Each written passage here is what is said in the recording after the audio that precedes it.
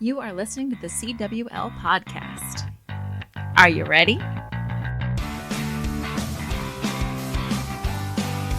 Hey everybody, it's Kate. I am the host of the Creative Women's League podcast. So happy to have you back for another wonderful Wednesday episode. Another wonderful Wednesday web series. Does that help? To just go for the alliteration? Why not? The Creative Women's League is your online community for motivation, inspiration, and,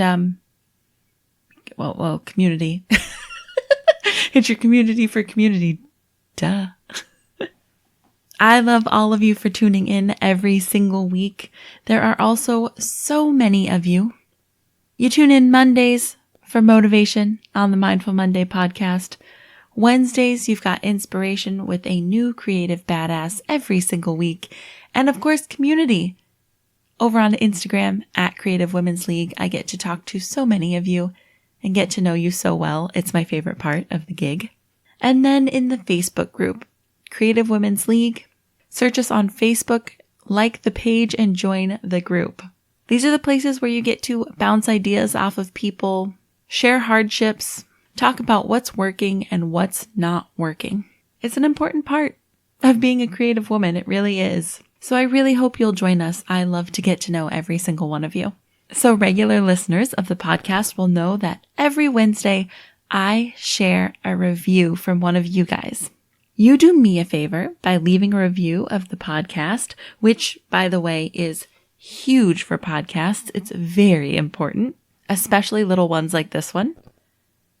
It is the best way to make a difference.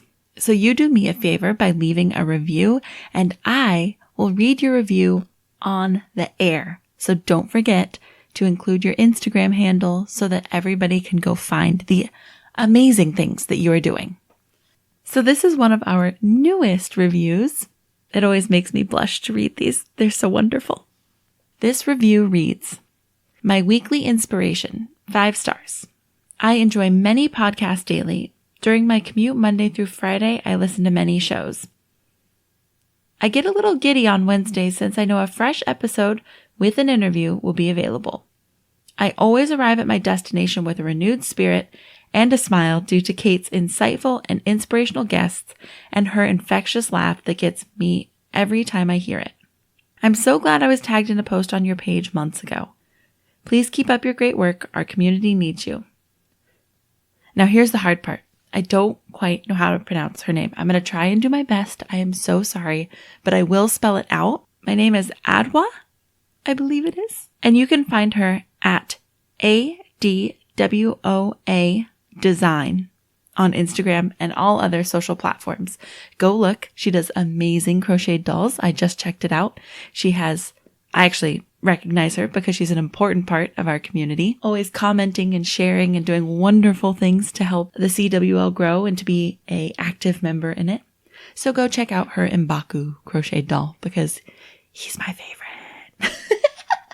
And thank you so much. I get so many comments on the laugh. I have had a crazy laugh my whole life.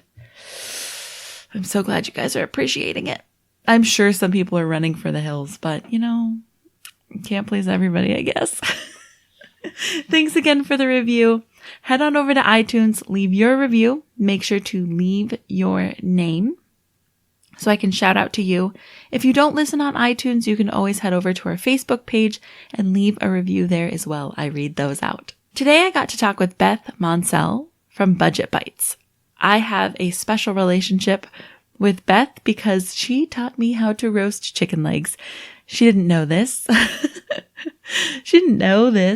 But I had already formed that special connection you create with somebody whose blog you read, who you're already a tribe member of.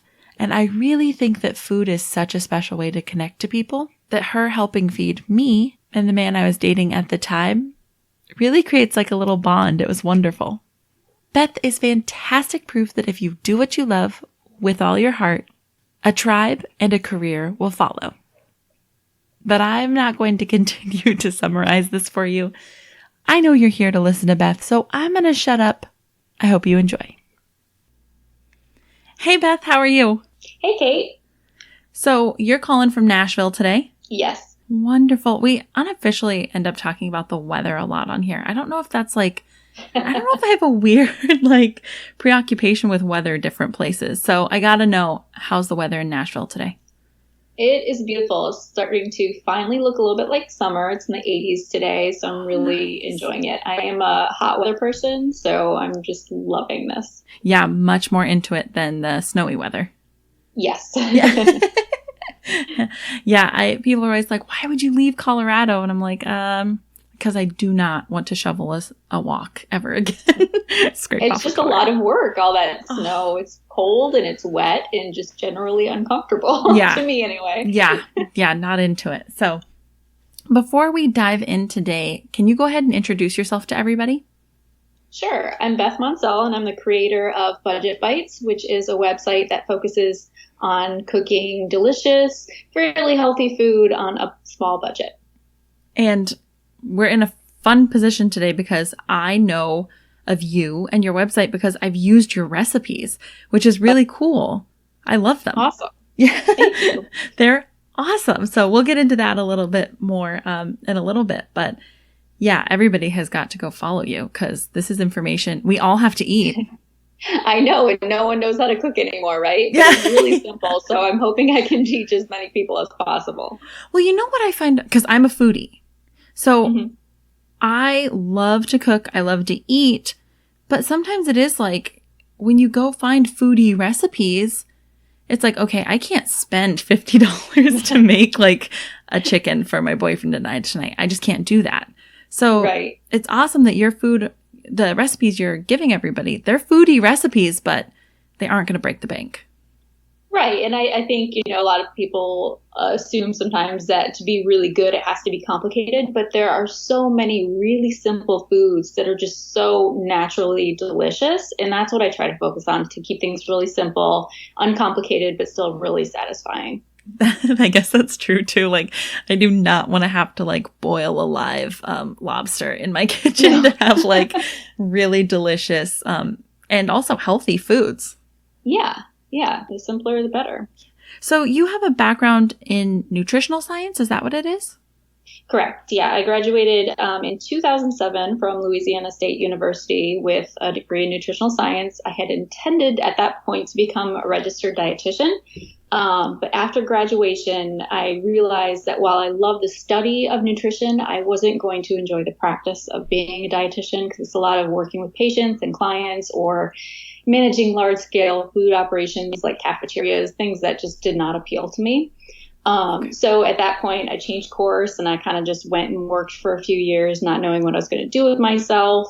And I was working in food service during those few years. So I got a lot more hands-on education and food, which ended up really impacting the way I cook now and the types of foods that I put on the blog. But yeah, so I studied nutrition and it's very important in my life, but I did not go on to be a registered dietitian.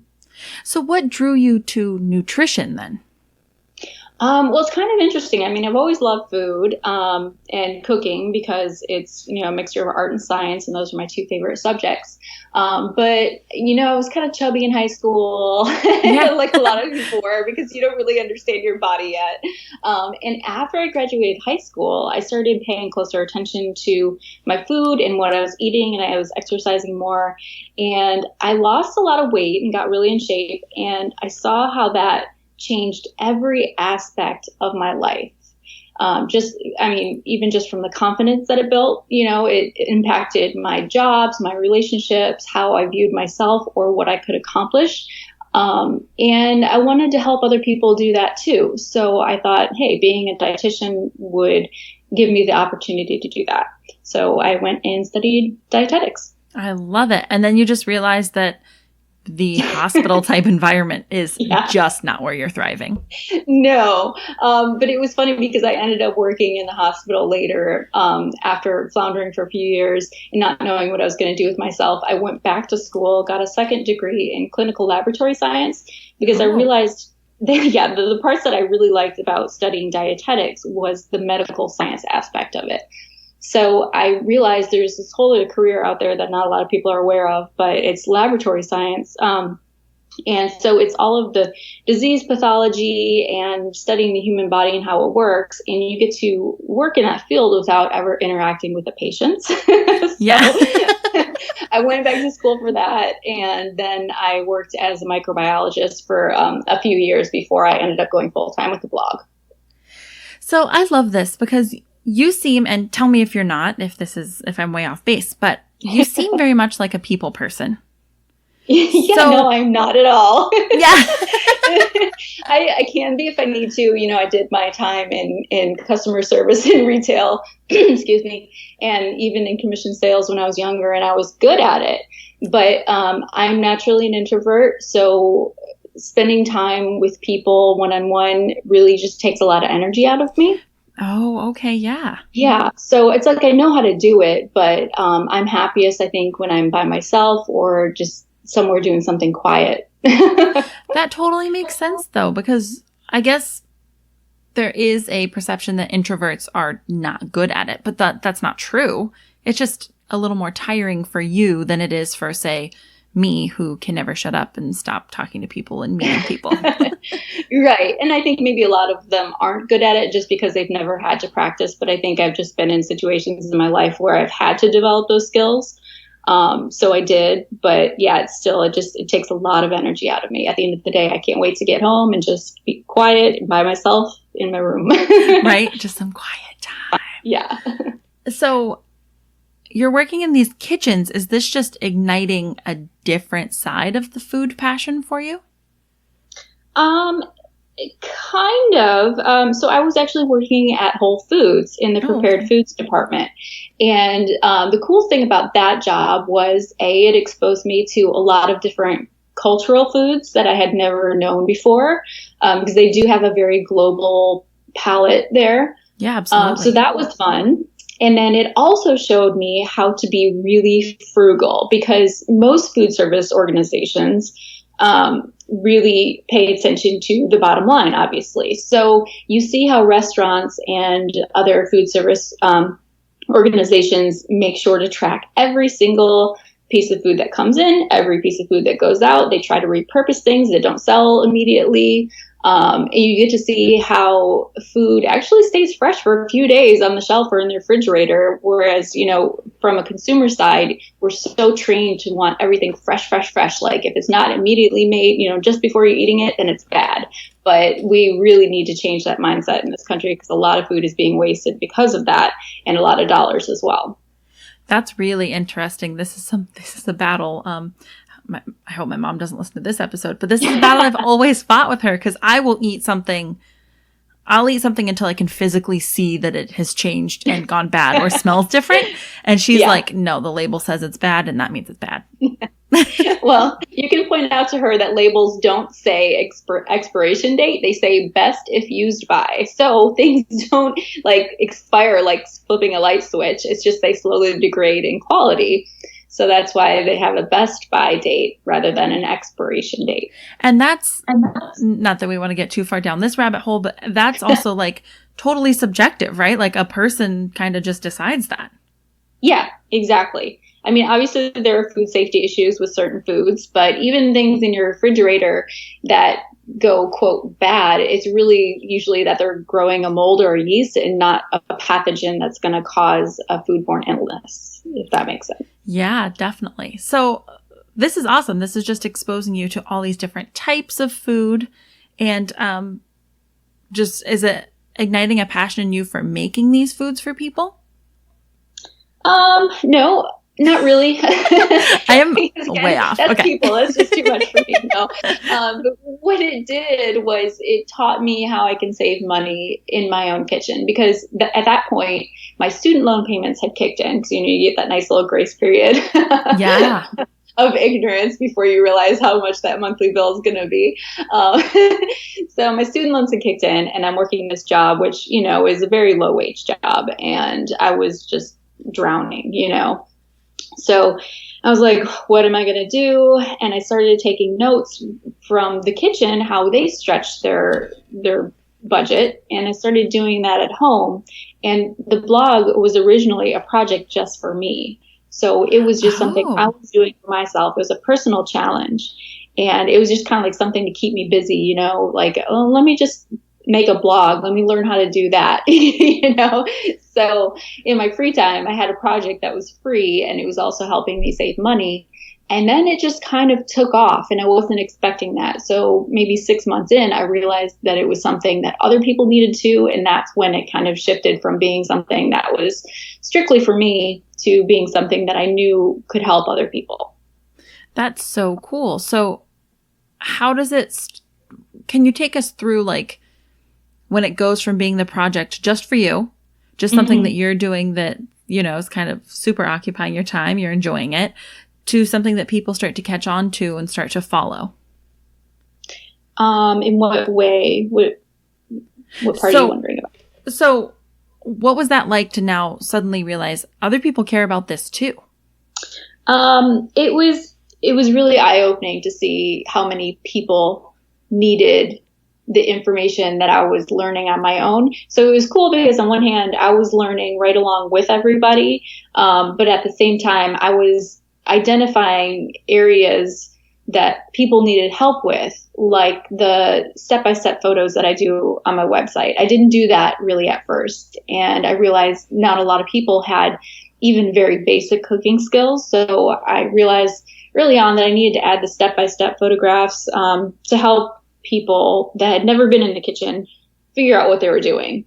So, for a long time, probably at least 5 or 6 years more, it was kind of a combo project for me, but also to help other people because I was really just cooking the stuff that I wanted to eat as opposed to what other people wanted me to cook. And I still kind of do that, but that's because, I'm actually eating all this food that I put on the blog and I don't want to just make stuff that I'm not going to eat. So there's kind of a balance now, I'd say. Well, I would think that, and once again, if it's wrong, tell me. But I feel like you eat a very eclectic type of food. Like it seems if you're eating what's on your blog, that's part of what I love about it so much is I'm not going to get there and see the same like chicken in a can and salad that's going to be healthy for me. It's super eclectic. Yeah, I do have a very wide range of foods that I like, and I love exploring foods from other cultures, especially as it relates to cooking on a budget, because if you think about it, most other countries in the world do not have as much food or money as we do in the United States. So they're just naturally creating budget recipes. So I get a lot of flavor inspiration from other cultures. But I don't want to get bored either. And I mean, I've been doing this for almost 9 years. So after 9 years, you kind of have to, explore and find new foods to eat. Yeah, definitely. So that is amazing that this has been going for 9 years. That's really cool. Yeah, I know. I can't believe I've never had any job longer than 3 years before in my life. So the fact that this has been going on 9 years is mind blowing to me too. No kidding. And you like your boss and things like that. It's like, oh. Most of the time. Yeah.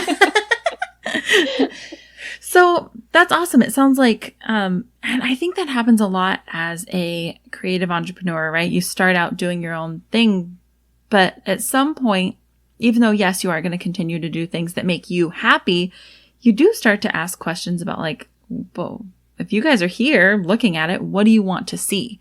So it sounds like that was awesome that people helped inform what you were going to be putting out there for your blog. Yeah, and I mean, it's helped inspire me creatively and help me learn new things too, because people will ask for a certain dish and I'll be like, I've never even heard of that. Let me go research it. So it's just been an all around enriching process for me and hopefully for my readers as well. So at first it was mostly people who, do you think the majority of the people who are tuned into your blog really were maybe out there for the first time, doing their first budgeted eating, or finally really paying attention to what's going into their body, what's coming out of their wallet?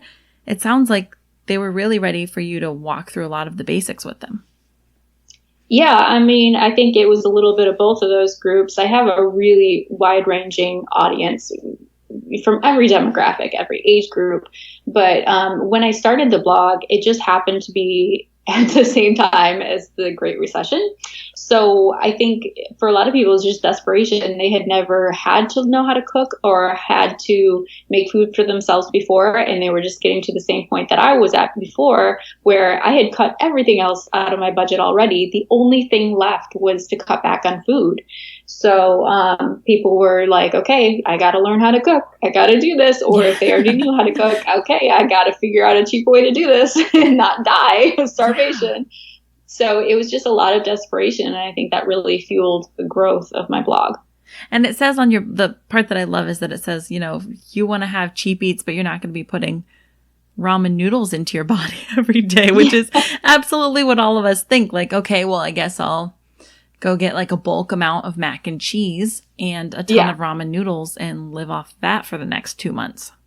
Yeah, that's the first thing everyone thinks about. But I think what I learned from working at Whole Foods is that you can get real food and it doesn't have to be expensive or complicated. So people think that healthy food is all like acai berries and chia seeds, and, all of these fad foods that are like $8 a pound, when you have really healthy things like sweet potatoes and cabbage that are like $1 a pound, if that, sometimes less. And those things are so healthy and so cheap. And a lot of times they don't take a lot of preparation. So I'm kind of trying to bust that myth that eating healthy has to cost a lot. And I'm trying not to focus too much on the health on the blog. I like to kind of trick people into eating healthier under the guise of saving money. Since I'm not a licensed registered dietitian, and I don't want to actually give medical advice, but you'd be surprised at how many people have actually emailed me and said, hey, I was just trying to save some money and I accidentally lost 50 or 100 pounds cooking your recipes. And that's like the ultimate email when I get those. I love it. No kidding. That's amazing. Yeah. Because, and I was just looking at the things you've put up recently, and it's just like, totally a trick. I love it because it looks so delicious. But then when you break down what's in it, you've made it yourself. So we know that there's like no preservatives going on, anything crazy like that. It's like tons of yummy looking vegetables. I can see how that would happen. And it's making me want to go cook right now. And I think the other thing I try to like instill through my blog is that you can eat just regular food as long as it's not like the processed stuff. So like I have a recent recipe I have is spaghetti with meat sauce, and you would think, oh, that's not very healthy, right? But if you're making it yourself, like you said, there's not any like preservatives, there's probably less salt, probably less fat. Just compared to eating out, it is worlds better. So it's a very simple, basic dish that you don't think is that healthy, but compared to what most people are eating because they're not cooking at home, it's still way healthier, and it's going to have a huge impact on your diet and your health. So it's like that first small step of going from eating out all the time to eating at home, even if it's not quote unquote healthy food, is still going to have a huge impact on your health. So, and that's my big thing. Like I could go eat out every night, but then A, it is expensive, and B, like, how many ridiculous things have they put in this dish? Like, it just starts to be like, okay, I can tell that this has just been chocked full of cream and things like that. And I'm not a health nut by any stretch, but I'd like my food to not give me a gut bomb. That's definitely. Yeah, exactly. They pump it full of sugar, fat, and salt so that it will be irresistible to you. But you could make something similar at home that is still so satisfying and just like half of all of that bad stuff. You know what I mean? Yeah. Has it been so fun I don't want to say convince people, but to show people sneakily sometimes, but to show people this alternate side of delicious food? It is so fun. I think that's probably one of the most satisfying things about the blog, because it's like a light bulb goes off in people's head, and it's truly a life-changing moment. Because like it was when I was 18 and I, changed my health, it changes every aspect of your life. So to be able to help people do that is better than anything I could ever ask for in life. And it's, it's giving them confidence and a life skill at the same time, something they survive. So I am beyond grateful for what I get to do. And I don't know how I got to be so lucky, but I'm not going to take it for granted. Yeah, but it sounds like there was, clearly 9 years of some hard work in there. Oh, yeah. Yeah. Definitely a lot of hard work. And a lot of the time I was working full time still. So, I really had to be dedicated and became very close to burnout a couple of times. But those are the lessons in life that, you need to learn. And I don't regret any of it. Not one single minute. That's wonderful. So which point did you notice that this thing is really catching on? Like, your numbers are starting to look probably better than you ever thought they would. Cause I think everybody has that moment where they go, what the hell? Yeah. So you've got that moment going on. And you really start to think like, hey, I got something here. I can't say that there was one exact moment. For me, it was like a bunch of really small, exciting events that happen, every 3 to 6 months. And that just kept me going and kept me, focused and like, okay, I have to stick with this because this next big thing happened. And it was almost like the blog was a snowball that was rolling out of control. And I was just trying to keep up with it. And then, this started really early on. I think, just a few months after I started the blog, I only probably had maybe 10 posts up. I was featured in Lifehacker is part of Gawker Media. So then it got syndicated to a few of the other Gawker Media websites. And that brought me a bunch of traffic. And so that was really, really early on. And then just little things like that kept happening without me even trying. I never even really did any marketing for the blog ever. It just kind of took off on its own and I had to chase after it. That's really incredible. Yeah, I'm lucky because I don't think that happens to a lot of people. Yeah. People always ask me for advice, like, how do you grow your blog? I'm like, I don't know. It just did it itself. It did it. Yeah. But that's really cool, that you could just kind of start to do this thing that you're passionate about. Other people got passionate too. And now here we are 9 years later. Yeah. Yeah. I still have to pinch myself. I can't believe this is real. So you said that eventually you did quit a day job, but how long did that take you to feel comfortable to quit your day job? It took me a long time because after being so poor for so long, I was terrified of, again, being in that place where you can't afford toilet paper. So I was very, very cautious with how I did that. So I got up to the point where I was earning with my blog the same amount that I was earning at my other job. And both were at least 40 hours a week. And I was just, so burnt out. And I'm like, this is not sustainable.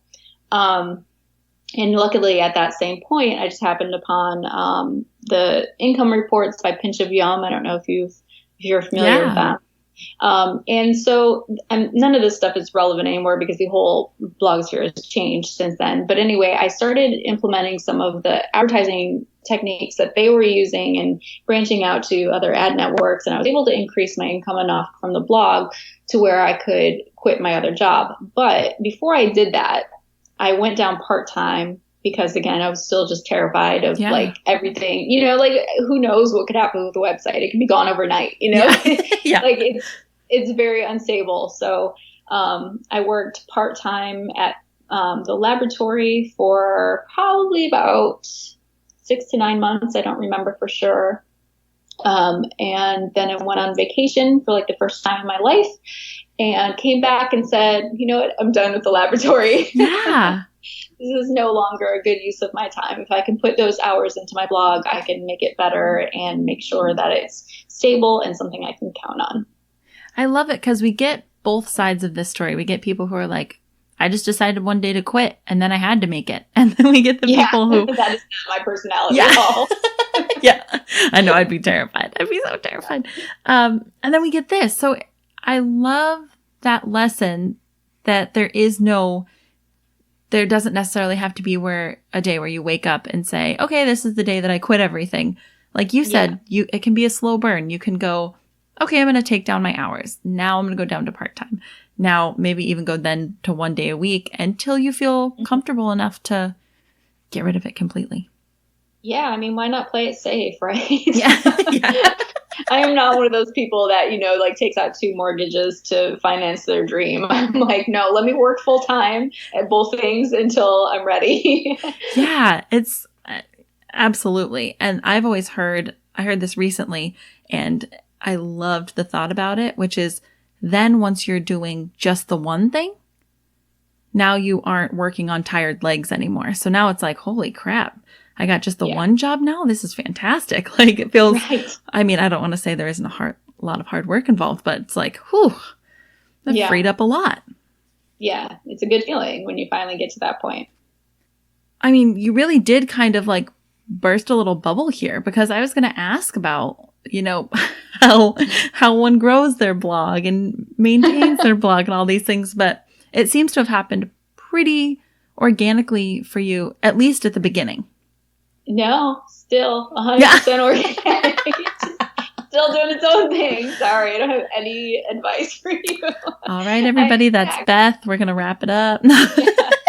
I was on another podcast. It was the Food Blogger Pro podcast a couple years back. And after a few questions, I think I was just like, I'm the worst example of a blogger ever. So I was kind of feeling at that point, maybe I shouldn't be on this podcast because I have done nothing right my entire 9 years.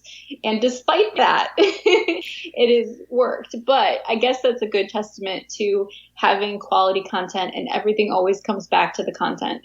If you have something people need or want, it's going to do well. Absolutely. I love that. Because that is it. I mean, it's certainly not like you just woke up one day and it was a huge success. You still put in so much hard work, and you had to make sure that you were serving your audience. And it sounds like you were. Yeah, I definitely put in as much time and energy as I could for years and years. And, I still feel like that wasn't enough, but I'm at the point I am now, I'm learning how to work a little bit smarter rather than harder. And hopefully I can finally get to that point where I truly do feel like I'm serving my audience and giving them what they need. So you don't feel like that at this point? Not quite yet. I'm getting there. I'm learning to delegate more projects to people and hiring people to help me. And about a year ago, I kind of finally got comfortable with the fact that I can't do everything myself. Yeah. And I can't be an expert in everything. And there's not going to be enough hours in the day to do everything that needs to be done. And if I want this to keep growing, I have to grow my team as well. So I'm in that stage now. I love this because it's been a theme in recent episodes of that point where you go, okay. And once again, it can be it doesn't have to be like, okay, tomorrow I'm hiring a team of 5 that's full time. You don't have to freak yourself out. But it's been a theme recently that hire some part-time help to help you answer emails or send out, if you have a product-based company, send stuff out or whatever. Yeah, exactly. And that was my big thing. I wanted to get back to the part where I was doing the part that I enjoy, which is creating the content and the whole creative side of the business. So I'm hiring people to help me with the background stuff, behind the scenes, business side, so that I can be there for my brand to create for my readers. Absolutely. Yeah. It's a very cool, I think it's a really cool thing to watch companies kind of grow. All these creative badass women grow from being like this one woman show that's working her butt off to, well, let's be honest, she's still working her butt off, but now she's got more people helping. I think that's really cool. Yeah, and I really do think that is the key, and I wish I would have done it sooner, and I wish I could have been one of those people to go out and hire 5 people in one swoop. I think I could have grown a lot faster and earlier if I had. So, I mean, I think that's a really important piece of advice for people is recognize when you do need to expand and do it. Don't be afraid. And it's a scary thing to do because you're trusting your business to somebody that you probably barely know at that point. And it's like, how do you even find somebody that has the right skills? But what I did was I just mulled over those, scary points for so long that I put it off when I should have just taken the dive and done it, Yeah. Yeah. guess being cautious isn't terrible. Yeah, no, being cautious is good, but don't just, put it off forever because you're scared. At some point, you have to face your fears and just go for it. Do it. Just leap. Mm-hmm. Take a big old leap. I love it. Yep. Otherwise, you'll never know. Yeah. And that sounds like, I don't know. I mean, I just really like your story because I love that it seems to have all been a natural kind of progression of things, even though the starting point and the end point seem so different. I just love that your life has seemed to kind of flow from one thing to the next, bringing you to, I mean, not to be cheesy or anything, but like what you're supposed to be doing. Yeah, no, it really feels like that. And it's also something that I never expected, which is so delightful. Like I could have never have dreamed this life for myself. So having it happen is just like, it's like living in a movie. I love that. But there's, an interesting philosophy that I've been thinking a lot about lately, which is, entering every part of your life without expectations. And if you don't have expectations, you don't allow yourself to be disappointed if they don't meet those expectations, and you allow yourself to be delighted when something that you didn't expect happens. And that's exactly kind of what my life has been like. Yeah. It's so cool. And it's so cool that we've had a lot of people on that it all starts with working at a bigger company. Sometimes people think that going to work for Sephora or going to work for Whole Foods in any sort of capacity would be like, oh my God, what am I doing? This isn't the, like this is so beneath me or anything like that, or this isn't what I want to be doing. But I've noticed that more often than not, it can grow into a really cool thing for yourself because there's lots of skills to be had there. Yeah. I mean, not only do you need to pay your bills in the meantime, but those companies are successful for a reason. And when you work for them, you get an inside peek at how they're doing things, and you can learn from any situation that you're in. So no matter where you're at, try to make the most of it and see how that's enriching your life or giving you skills that are going to help you down the road. That's absolutely it, right? Like making the most of it and not just, if you're just showing up, doing your job and going home, then it's not going to behoove you. But if you're paying attention, you're getting the info from them. Not like you're stealing company secrets or anything, but like you're just showing up and seeing what's working and why it's working there. That's huge. Exactly. Yeah. Yeah. It's very important. And I think so many people just overlook that. So for the bloggers that are listening, I know we have a lot of bloggers that listen to the Creative Women's League. Do you think that the best advice you can give them is just quality content? Yeah, I think that's going to be number one. Because, I mean, if you don't have that, what do you have? You have a bunch of marketing ploys that are going to lead to nothing. Yeah. You can sell all you want, but if it's not something that people truly want or need, they're not ever going to come back, even if you do get them on the hook for that, email subscription or something. You have to keep them there, and quality content is how you do that. What does your content process look like? Not that I'm sure it's extensive, but could you give an overview of how you decide what you're going to do for the next blog post coming up and kind of the steps it goes through to become this awesome Budget Bytes post? Yeah. I'll start out by saying I'm a terrible example of a blogger again.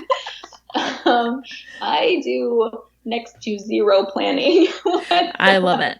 This is something I'm working on with my new team. They're helping me learn how to plan things ahead to go along with seasons and holidays and things. Like, don't do that at all. That's perfect. Because the blog has always been, this is what I'm eating this week. It's, it's really organic in that way. It's always just been like, okay, well, what do I feel like eating? What am I going to want leftovers of? And then I go and do some recipe research. I look at what other people have done for similar recipes, different techniques I could use to change it up. And I come up with my own mishmash of, whatever I find out there that looks interesting, and test out the recipe if I like it. I do all the step-by-step photos, and and then I edit the photos, and then I write it up and read over it once really quickly, usually miss quite a few typos, and wait for people to tell me in the comments. And that's it. I am a very fly by my seat, fly by the seat of my pants blogger. It's terrible, but apparently it's working. Yeah, it's working for you. And I do like that because I am much more fly by the seat of my pants, and I fight myself on it constantly, right? Because I know I should be planning ahead, and I know I should be doing, and I should be, right?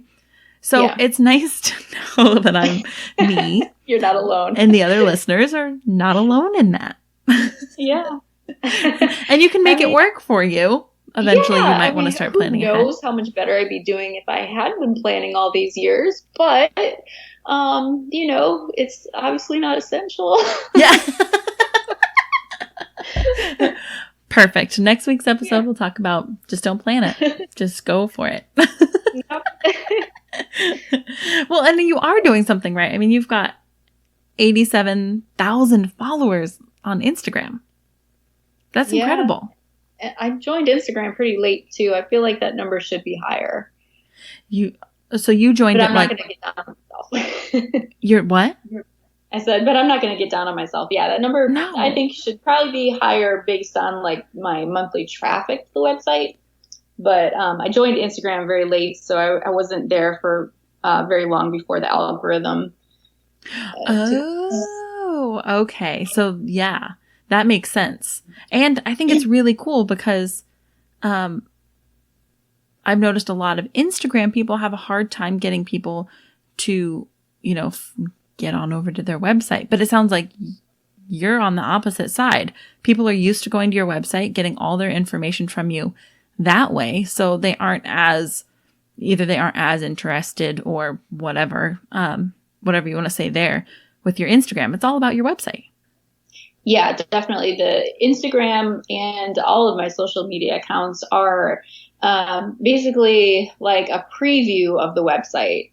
So a lot of people do their business straight on Instagram, but that's not the way I do it. All my business is on the website, and then social media is just a preview for the content that's there. And that's how I found you. Oh, yeah? Okay. I found you via Pinterest. Cool. So I found you on Pinterest and was sent over to your website and then got addicted to your website. So then once that's where all the info was, it did work. Yeah, because the listeners, I haven't mentioned this, the listeners don't know. I found you because I saw your quarter chicken recipe. Is that how you say it? Quarter chicken? Yeah, I think it's roasted chicken legs, I think. Yeah. Or something like that. I think that might be the title. Yeah. And it was delicious. Like, it was so awesome. I got addicted to it because my boyfriend and I were on a major budget.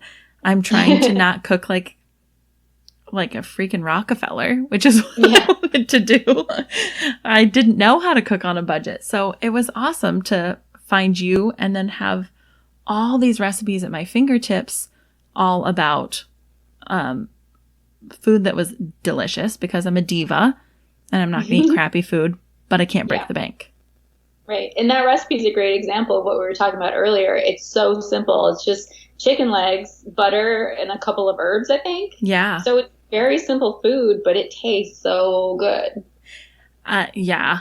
It's addictive. So you don't have to add 20 ingredients and, so yeah, it's all about highlighting those really simple, natural flavors. I'm definitely going to link to it because it's my favorite recipe ever, and it makes me look impressive. There you go. It does. I'll be like, oh, you want me to roast a chicken leg for you? People are like, what? It's so good. That's so funny because I'm taking a mastermind course right now, and the whole first week is about identifying your target audience and what their personality is. And one of the things that I was identifying with my audience is that they like to impress with their skills. They want skills that will impress people, whether it's on their Instagram account or a date or, their in-laws. So it's so funny that you mentioned that because that was one of the points that I identified about my target audience. Oh, it was so awesome because when I told my boyfriend, okay, you have to prep the chicken legs and get them in this time if we're going to have them because I'm running so late. He was like, there's no way I could do that. And you know how easy the recipe is. So I was like, you know what? You're probably right. Because I thought, hey, if he thinks I'm slaving over the hot stove, like, well, I'll let him continue to think that. Right. No, you should have encouraged him and taught him to cook. I tried. I think he burnt it the one time he did it, actually. Oh. That's why I got rid of that one. No, I'm just kidding. Yeah. Just leave it to me. Yeah. He burnt the chicken, so I dumped him. That's what happened. So let's talk about Pinterest. Are you a major Pinterester? Do you focus a lot on that? Pinterest is definitely like my second largest source of traffic. So it is important, obviously, to my website, but I'm not very active on it. So I'll tell you a little story of how my Pinterest thing progressed. I think I lucked out because I got on Pinterest very early on when there weren't a lot of people on there and it was just starting to explode. And so I had a lot of pins early on that went viral. And for years, I just pinned every time I had a new recipe, I would pin it once and that was it. Yeah. So I would have maybe like 3 new pins a week and that's it. And, it was still trucking along. And I think mostly because of those early pins that went viral. And then a few years ago, I don't even know if it was 2 years ago now, maybe, I hired a social media manager. And I hired her because I knew that with these new algorithms, you had to be pinning like 50 times a day. And there were all sorts of new rules for each social media platform that I couldn't keep up with learning. I couldn't be an expert in each of these social media platforms. I just didn't have time to pay attention to what was best to do here and there and everywhere. So I hired her and she stays on top of all the rules for each one. And she, pins my content, finds old, stuff like that could use some, FaceTime on Pinterest and things. And she schedules all that out for me, which is great. So I do have a lot of pins that go live every day. I don't even remember at this point how many she does. But so, I guess my account is active, but I don't spend a lot of time there personally. That makes sense. Yeah. I'm so ready to hire a social media. I'm not there yet, but, I'll cook them maybe some chicken legs and see if that gets me. There you go. That was the first person I hired on my team. And that was probably one of the most important because like I said, those social media platforms, they change like every few months. There's some new twist or rule and who can keep up with that unless it's your full-time job. So I think if anyone's ready to expand, that's probably one of the first people you should hire. That was fantastic. So when you first hired her, did she start out in a part-time position or did you hire her for full-time work for social media? She works as an independent contractor. So she works for a few different clients. And the way she bills is not hourly. She does it by like the number of pins per month or the number of posts on Facebook per month. Okay. So, I don't even know how many hours she works for me, but she seems to do a whole lot and I'm very thankful for her. Yeah, absolutely. I have a terrible thing I have to admit right now, which is Creative Women's League is not on Pinterest at all. It's wow. I know, I'm failing. Don't tell the listeners. I don't think that's terrible. I'm going to say I think you should just pick your top social media platform and just like focus on one or two and not try to do them all. So if Pinterest is not your thing, don't do it. That's really interesting. Yeah, maybe that'll be my reason not to do Pinterest. But I understand what you're saying. It is hard. As you were talking about Pinterest and how these things work, I was thinking I am fairly in tune with what's happening on Instagram and a little bit less so, but still in tune on what's happening on Facebook. And Pinterest, I have no idea. If you told me tomorrow to have a good Pinterest, I'd be like, okay, I pinned a thing. So it is, I love that the social media hire, it's like, get somebody whose job it is to know these things. That makes so much sense. Right. Yeah. And as far as like picking the best social media platform for whatever you're doing, I mean, it depends on what type of content you have too. Obviously, Pinterest is perfect for a food blogger because what we do is so visual. Whereas it might not be the perfect social media platform for someone like you because True. you don't have a lot of visual stuff. So Instagram might be, even though it's kind of visual too. But anyway, you know what I'm talking Yeah. Yeah. And I had heard Jenna Kutcher said this. I had never thought about it this way, even though it's exactly how I use Pinterest. She said it's a search engine. Yeah. And hello, that's exactly how I found you, because I knew we had bought these chicken legs and now I actually had to do something with them before they went bad, or else that was a waste of money. So I searched, how the hell do I cook these things? And yours looked the most delicious. Your recipe was the simplest. You were the most encouraging. I just connected right away. So awesome. Yeah. So really it was happy. Yeah, it was great. It was great. So definitely, I love that. Go follow. I think we should all go follow you on Pinterest and Instagram for sure. Thank you. But it makes me. I'm gonna encourage Instagram because that's my favorite one. See, Pinterest is just so all over the place these days. Like you just have to be pinning so many things, and from like not just your own content but everybody else's, that it just seems really diluted. Whereas Instagram is still really personal and really intentional. Ah, I love that. Okay. That's really because like I said, I know nothing about Pinterest. Yeah, it's just kind of wild, wild west out there.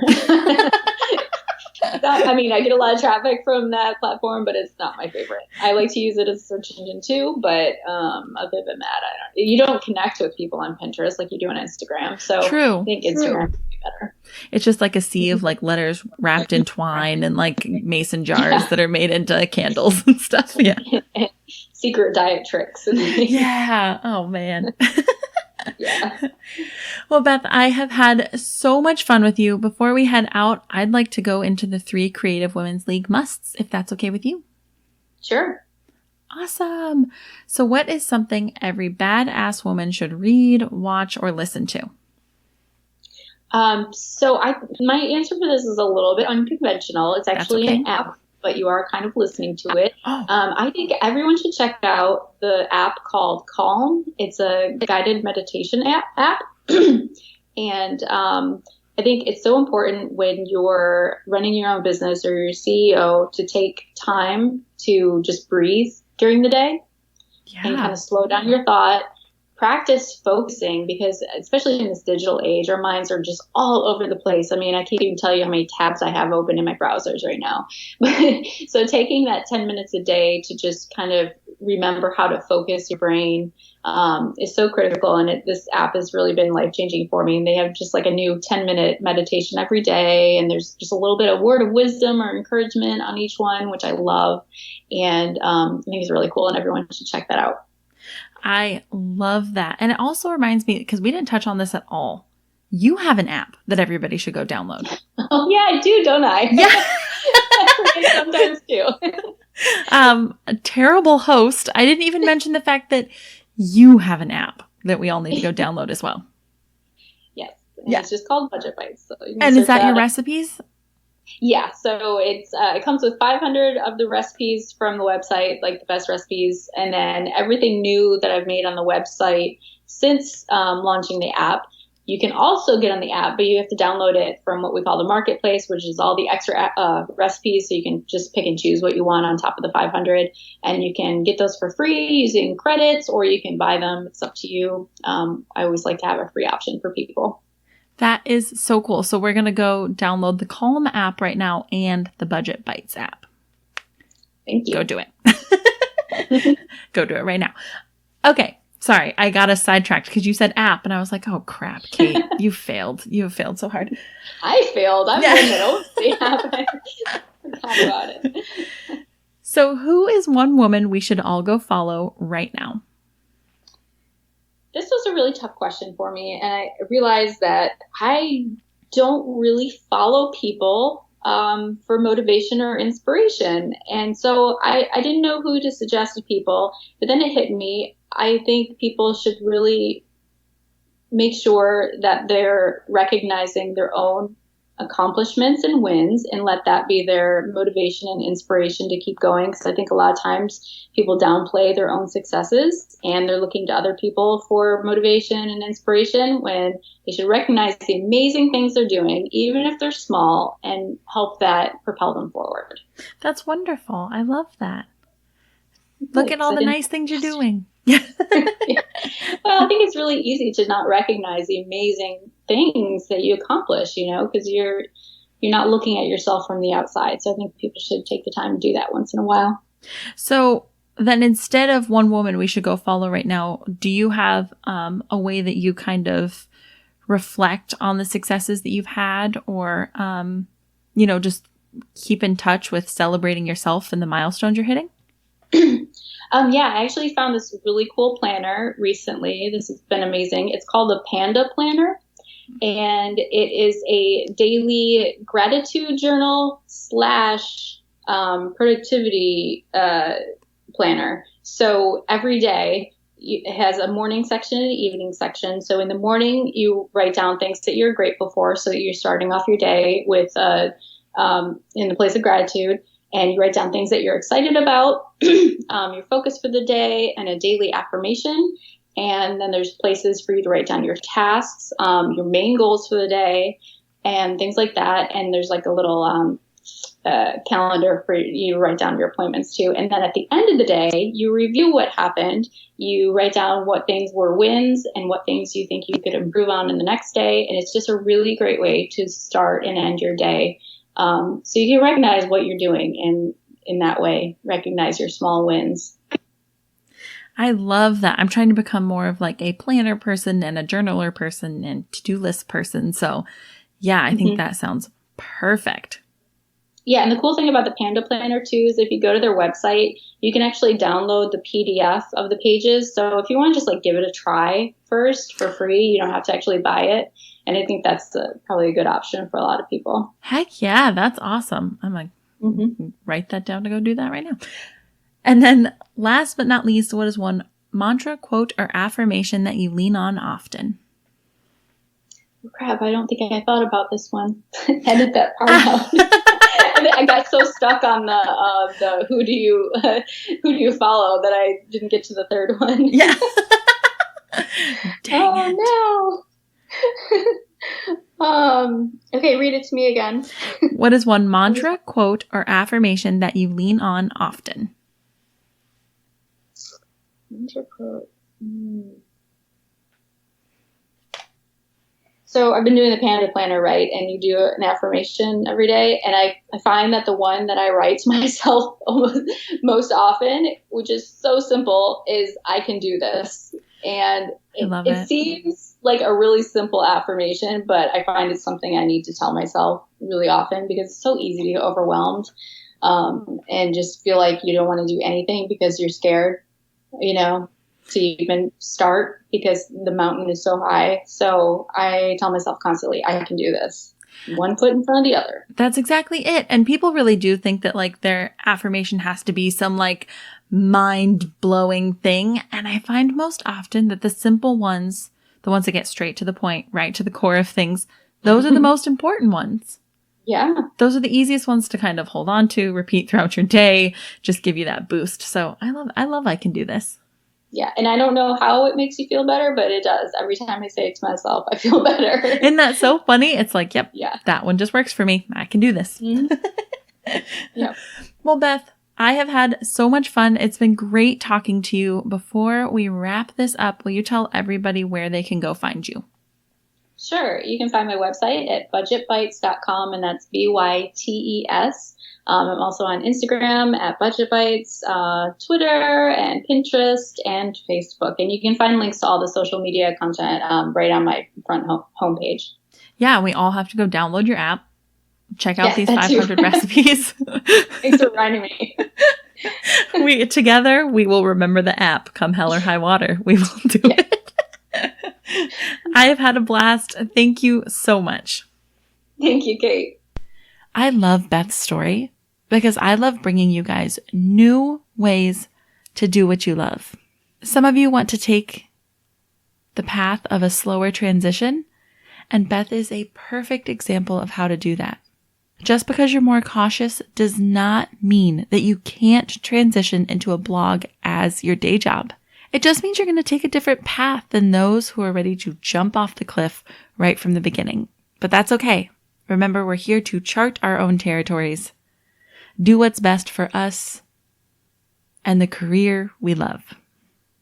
Thank you so much to Beth for being on the show. I hope to see you over on Instagram and our Facebook group. That's Creative Women's League on Instagram. Same thing for the Facebook group. I look forward to seeing your review so that I can give you a shout out right here on the podcast. And if this was your first episode, I hope you subscribe. Thank you so much. I will see you Monday for another wonderful Mindful Monday episode. I love ya. Mwah.